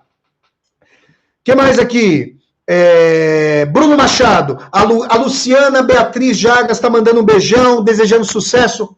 Um beijo, minha querida. Parabéns. Olha o talento da Luciana Beatriz Chagas na sua escultura, feita em diálogo com a entrevista que eu concedi para o Celso Loduca, que eu mando um grande abraço, no programa Quem Somos Nós, primeiro semestre de 2018. Escultura da Luciana, o ovo da serpente. Está aqui, ó. E está aqui também. Vou pegar de novo aqui, ó, para vocês verem que eu enquadrei. Vou colocar. Vai comigo. Olha lá, olha que bonita a escultura da Luciana, a foto. Quem dera esses rostos aqui não fossem dos eleitores, hein, gente? E eleitoras, hein, gente? Que estão parindo, chocando esse ovo da serpente. Ovo da serpente, gente, é o título do filme, do Ingmar Bergman, falando sobre a serpente que sai daquele ovo bonitinho. Ai, que ovo bonitinho. Ai, que ovinho branquinho, bonitinho, com a casquinha, papapá. E sai uma serpente venenosa do fascismo. Vocês estão entendendo, gente? É a metáfora do Bergman, do Ingmar Bergman, para o fascismo. Vamos lá, gente. Bruno Machado. Em O Eterno Retorno, o tempo não seria infinito, segundo Nietzsche. Bruno Machado, de Curitiba. Bruno, se nós pensarmos o seguinte, vamos usar, para mais um caos, a lógica do Eterno Retorno nietzschiano. Nós estamos aqui no Brasil, América do Sul, América Latina, planeta Terra, Sistema Solar, Via Láctea. Certo ou não? Fui indo do menor para o maior. Se os cientistas não sabem, e tem muita dificuldade em saber, pelos mesmos motivos pelos quais eu falei que o absoluto, saber do absoluto, é uma quimera. Pelo menos nesse momento. Talvez um dia seja possível. Nós não vamos estar aqui. Mas talvez um dia seja possível, não sei. Agora, será que eu não poderia dizer com vocês o seguinte, fazer uma reflexão poético-filosófica com vocês no seguinte sentido? Em algum lugar do universo, se ele for infinito, a combinação da matéria, infinita ela também, e a lei das probabilidades me autoriza a dizer que o mesmo número de pessoas, o mesmo professor, com o mesmo nome, vestido da mesma forma, nesse mesmo horário, num planeta, numa galáxia igual a essa, todos nós temos um duplo, um triplo em algum lugar do cosmos. Esse eterno retorno é uma recombinação material, não transcendental, Bruno. E aí o Nietzsche vai falar que o niilismo judaico-cristão, que o Dostoiévski chama de niilismo, o que o Nietzsche chama de esquecimento, como eu tentei mostrar para vocês. E o Nietzsche chama de niilismo o veneno, aquilo que ele chama de veneno judaico-cristão. Apostar numa vida além desse mundo, sendo que, na verdade, nós estamos aqui. E aí ele vai trazer o amor fati, a dimensão de se vincular à vida tal como ela é, e agir no mundo tal como ele é, porque é o único que se nos apresenta. Estão percebendo, gente? Vamos lá. Raul Medeiros. Flávio, Raul Medeiros, meu amigo de Araripina, em Pernambuco, que recebeu hoje 3 dos meus livros, postou. Raul, muito obrigado, porque o Raul postou hoje a foto com o nome da cidade, Araripina, em Pernambuco. Um grande abraço, Araripina. E postou a foto, ele que adquiriu. O Tiro de Misericórdia, meu segundo livro de ensaios e aforismos, publicado em 2014 pelo Universo. Recebeu Dostoiévski, a Dialética, Fetichismo da Forma, Utopia como Conteúdo, meu segundo livro, publicado em 2018 pela editora Edra, e meu quarto, segundo não, né? Estou esquecendo do Evangelho segundo Talhão, que é um livro que pouco apresenta a vocês. Está aqui, hein, gente? Espera lá. Deixa eu pegar aqui para vocês. Esse é meu primeiro livro. Ah, Flávio, mas por que você não fala tanto dele? Porque ele está esgotado na editora e vocês conseguem comprar no estante virtual, na Amazon. Eu sempre deixo os links para as minhas obras em cada descrição do vídeo. O Evangelho segundo Talhão é meu primeiro livro. O Tiro de Misericórdia é meu segundo. O livro sobre Dostoiévski é meu terceiro. E o Diário de um Escritor na Rússia é meu quarto livro. E aí o Raul, cuja pergunta já me fugiu aqui, vamos ver onde é que está a pergunta do Raul. Ai, meu Deus do céu, vou ter que voltar. Achei a pergunta do Raul. O Raul tirou uma foto hoje. Obrigado, Raul. Vamos ver. Flávio, Nietzsche é considerado por alguns atores mais um poeta do que um filósofo, por causa da sua escrita. Qual a sua opinião sobre isso? Raul, meu amigo, se eu impostei a minha voz, se eu, como Zé Bonitinho, da escolinha do professor Raimundo, dei um tostão da minha voz, se eu parei sem fôlego a leitura, para fazer ali sem fôlego, não só pelo cansaço físico, mas pela sua beleza, a beleza do beija-flor que voa parado diante da flor, cujo pólen o extasia, esse é Nietzsche. Isso aqui, para mim, gente, é uma impossibilidade de saber se é filósofo ou poeta. Por que a gente tem que enquadrar as pessoas? Então vamos ver a pessoa na pluralidade. Não é isso? Vamos lá, gente, vamos lá. O que mais? Vamos mandando as perguntas de vocês. Patrícia Moraes, de São Bernardo do Campo, a minha terra natal. Não nasci em São Bernardo, mas a minha verdadeira cidade natal, a cidade da memória e também do esquecimento, é a cidade de São Bernardo do Campo. Vamos lá. Cadê? Professor querido, muito obrigado, minha querida. Por que Nietzsche era contra o livre-arbítrio, que faria alguma justiça social, em tese? Ô, Patrícia, a gente vai se desviar um pouquinho do foco, eu não vou conseguir me desenvolver muito isso, mas o Nietzsche, como alguém que está num século que vai tentar encontrar todas as causas, todas as etiologias, na imanência mesma, o livre-arbítrio é uma tese cristã por excelência, para dar a dimensão do apartamento, parece que eu estou falando do apartamento onde eu estou aqui, da distinção entre bem e mal. E anticristão por excelência, ele vai falar e vai apostar nos determinismos de sua época e nas causalidades histórico-psíquicas para a atuação do ser humano. Então, é possível dizer que há uma polêmica político-teológica que o Nietzsche traz nesse sentido. É uma questão que nos desviaria do assunto, eu posso desenvolver isso em algum momento. Tá bom? Traga essa questão como pergunta aqui no vídeo, nos comentários do canal, que eu desenvolvo mais com você. Vamos lá. Camila Henrique. Deixa eu ver. Acho que alguém está falando aqui. A Camila Henrique está falando para Larissa Wozniak.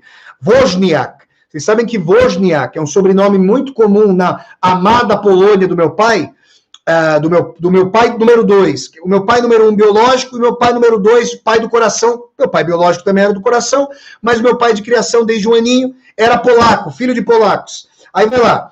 A Camila Henrique está falando que eu tenho a memória de Lisbeth Salander, fotográfica. Eu não sei, Camila, quem que é a Lisbeth Salander, fotográfica. Mas, gente, a falar a verdade para vocês, eu tenho uma memória boa. Eu não me gabo, não, mas de memória eu tenho uma memória boa. Vamos lá.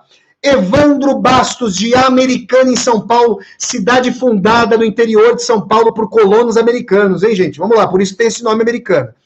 Sob o prisma do esquecimento nietzschiano, como seria possível projetar elementos da civilização marcados pelo símbolo da continuidade e da acumulação?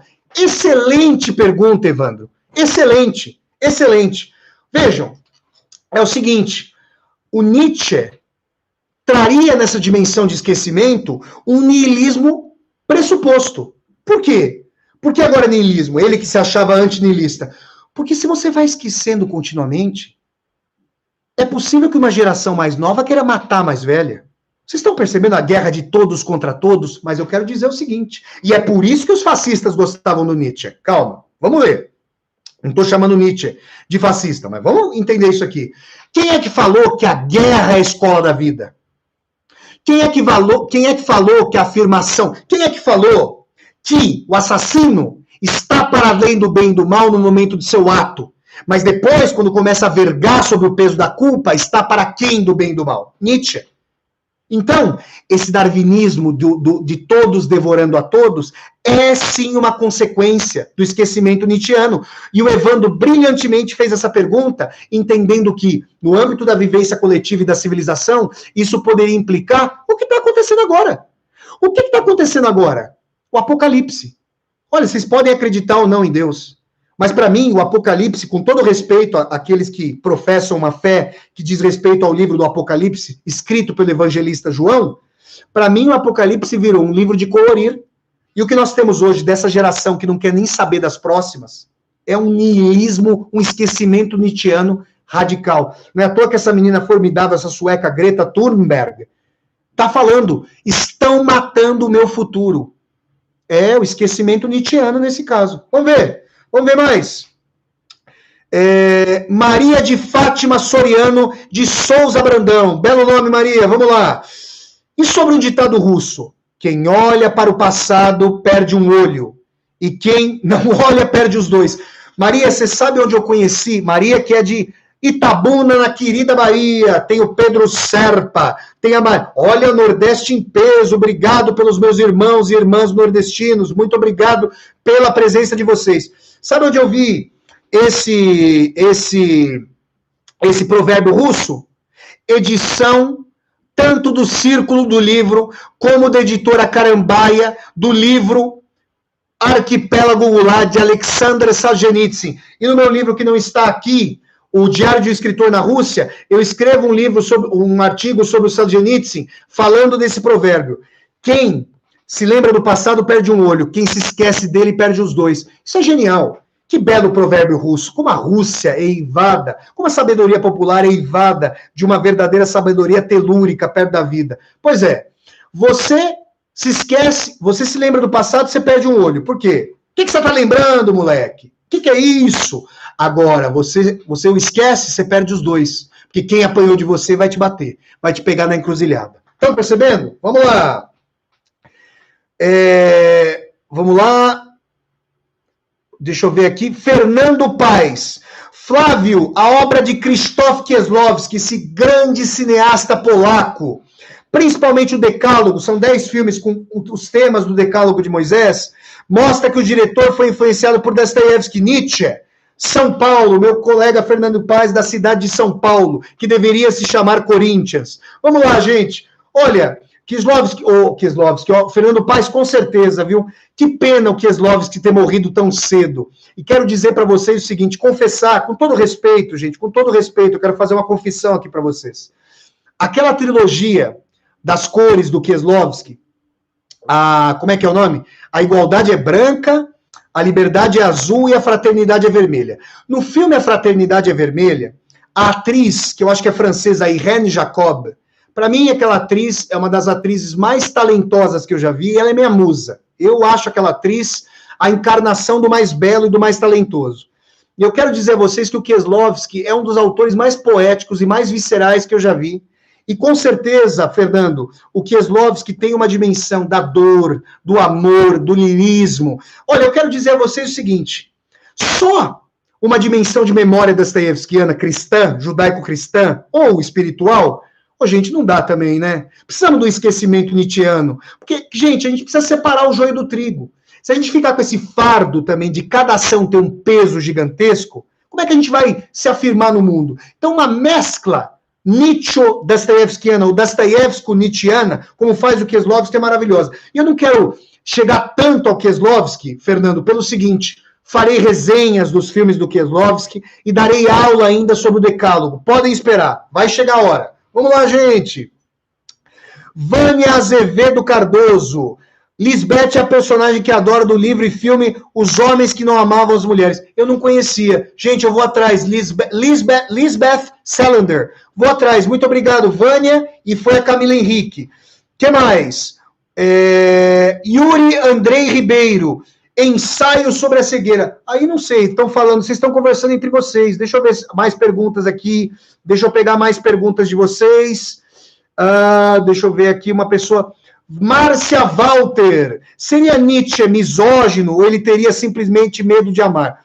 Olha, Márcia, eu não sei, vocês devem estar conversando, não sei se vocês estavam conversando entre vocês, não sei se eu peguei o bonde andando. Olha, era muito comum na época aforismos do Schopenhauer, do Nietzsche, que eu não vou reproduzir aqui, porque são temerários, são lamentáveis, de misoginia. Eu não sei de onde você está falando isso, se é uma conversa aqui entre as pessoas do chat, mas havia misoginia no Nietzsche, sim, tá? No Schopenhauer também, em muitos ali da época. E quero dizer a vocês que lendo, acho que, deixa eu me lembrar, o começo do adolescente Dostoiévski tem colocações sobre as mulheres que também são muito desagradáveis. Vamos lá, gente. Deixa eu ver aqui. Valdir Edson Farfan Caro, do Peru, de Cusco. Você encontra alguma relação entre a forma de pregar de Zaratustra e a forma do Nazareno? O Valdir, com toda certeza, mas uma paródia, uma inversão. Onde é que o Nazareno, Jesus de Nazaré, pregava? Na montanha. O sermão mais famoso, na montanha. O Zaratustra vai descer da onde? Da montanha. Ele fala com estribilhos, com repetição de termos. Assim falou o Zaratustra, ó homens. E como é que o Cristo falava? Em verdade vos digo. Então, sim, claro. Agora, repito, onde Jesus aposta na eternidade, no além-mundo, Zaratustra finca o pé na terra. Tudo bem, gente? Vamos lá. Vamos terminando, estamos chegando ao fim dessa aula. Gostaria que ela seguisse. Deixa eu ver. Adriana Andrade, ótima ideia, resenha dos filmes do Kieslowski. Beleza, minha querida, maravilha. Tanise Freitas, da cidade de Florianópolis. Gente, quero dizer a vocês que uma heresia da minha parte, não estive ainda em Florianópolis, estarei, convites não faltarão, irei para Florianópolis, continente e ilha para conhecer essa bela cidade. Vamos lá. O revisionismo histórico dos dias atuais seria uma forma de se aplicar o esquecimento nietzschiano? Olha, Tanise, o Nietzsche diria que revisionismo histórico, ficar afincado na história, é a impossibilidade do esquecimento mesmo, como eu tentei trazer para vocês. Mas, se eu estou entendendo bem que você está falando de revisionismo histórico dos dias atuais, que é esse negacionismo, essa dimensão de negar a história, de negar as dimensões da história, o Nietzsche é alguém está menos preocupado com o devir da história e mais com a dimensão de que a história é algo que não interessa ao indivíduo grandioso, ao Zaratustra, porque ele próprio tem a sua história, que vai ser estiolada, vai à decrepitude pela morte. Então, é preciso que a história seja feita pelo eu. Por isso que quem pensa individualmente capta essa dimensão nietzschiana. O problema é a aplicação coletiva, histórico-política do Nietzsche. Vamos lá. Vamos lá para as últimas perguntas.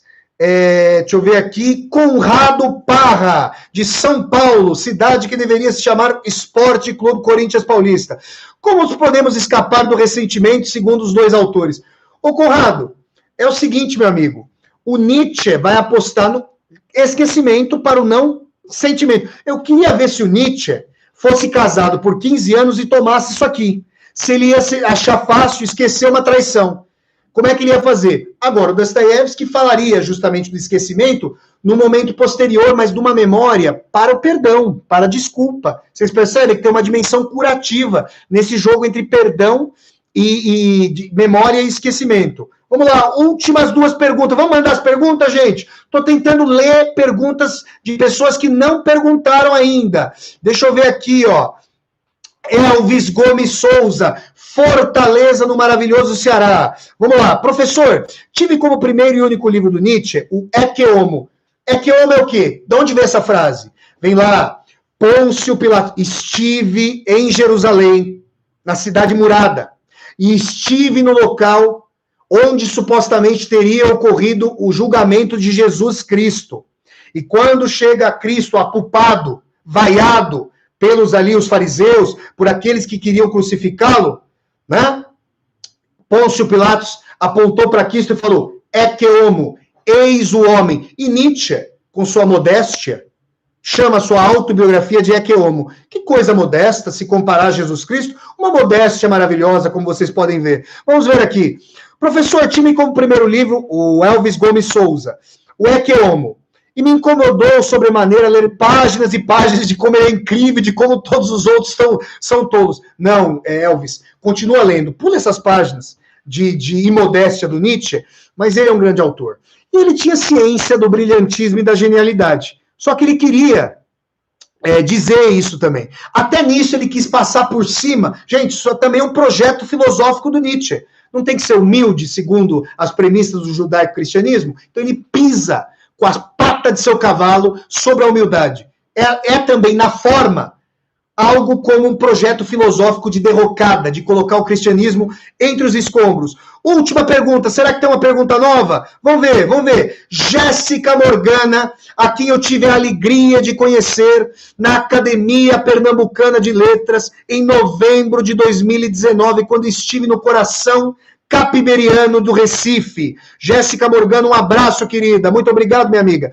Mais aulas sobre Nietzsche, professor. Ele é fantástico. Abraços do Recife. Alain, do Rio de Janeiro. Estive há 2 meses na cidade de São Sebastião, do Rio de Janeiro, no coração do bairro boêmio de Copacabana. Eu que sou um cara resguardado, um rapaz sério, que não vai pra noitada, um cara sério, estive no coração boêmio de Copacabana e fui dormir às 8 horas da noite. E vamos lá, vamos ler aqui, Rio de Janeiro. Flávio, é possível relacionar esse jogo da memória, lembrar e esquecer, com o absurdo de Camus? Mas você pode ter absoluta certeza, Alain. Aliás, eu falei sobre isso, falei sobre isso na live de sábado, nessa relação entre Dostoiévski e Camus. Por quê?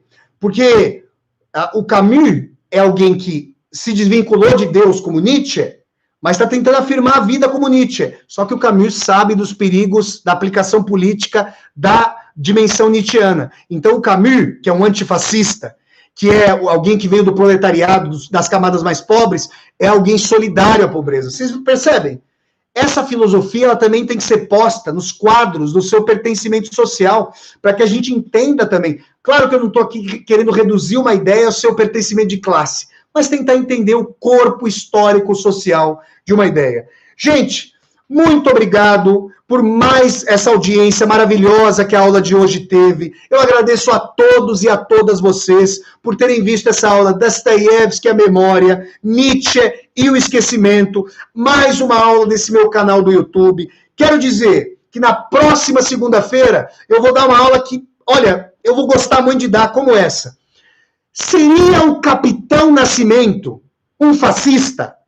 Eu vou dialogar com Tropa de Elite 1 e Tropa de Elite 2. Esses filmes formidáveis do diretor José Padilha. Quero dizer que eu discordo politicamente do José Padilha de A a Z.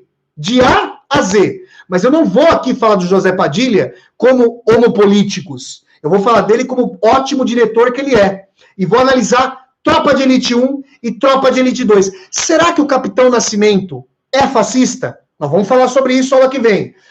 Amanhã, terça-feira, dia 22 de setembro, nós temos o que aqui no canal? Às 8 horas da noite, nós temos mais um Vassoler Debate especialíssimo. Amanhã eu vou receber o advogado criminal Hugo Leonardo, presidente do Instituto de Defesa do Direito de Defesa, para nós conversarmos sobre um tema que eu gostaria que não fosse tão atual no Brasil, mas que infelizmente o é e é preciso ser analisado. Qual é o tema? O papel do judiciário no neo-autoritarismo à brasileira. Eu vou conversar com o Hugo sobre isso. O que mais, gente? Quinta-feira, às 8 horas da noite, tem resenha de livro aqui no meu canal. Professor, qual vai ser a obra dessa quinta? Hamlet, peça maravilhosa de William Shakespeare. E no sábado, para aquecer os motores para a aula de segunda-feira que vem, eu vou fazer uma resenha de filme, às 10 horas da manhã, sobre o filme A Onda, esse clássico do cinema contemporâneo alemão, do diretor Dennis Gansel. Quem já assistiu sabe que é uma maravilha. Um prenúncio do neofascismo. Infelizmente, acabou acontecendo aquilo que o diretor da Onda temia. Nós vamos falar sobre isso. Então, gente, muito obrigado por tudo. Deem um like aqui no vídeo. Curtam esse vídeo, tragam suas perguntas, as perguntas às quais eu não consegui responder, coloquem aqui nos comentários, sejam sempre bem-vindos, convidem seus amigos e amigas, vamos fechar esse mês com 4.000 seguidores, rumo aos 5.000, vamos que vamos, um grande abraço, gente, muito obrigado, tudo de bom para vocês, boa noite, até a próxima aqui no canal e tchau, tchau, gente, muito obrigado, tchau, tchau!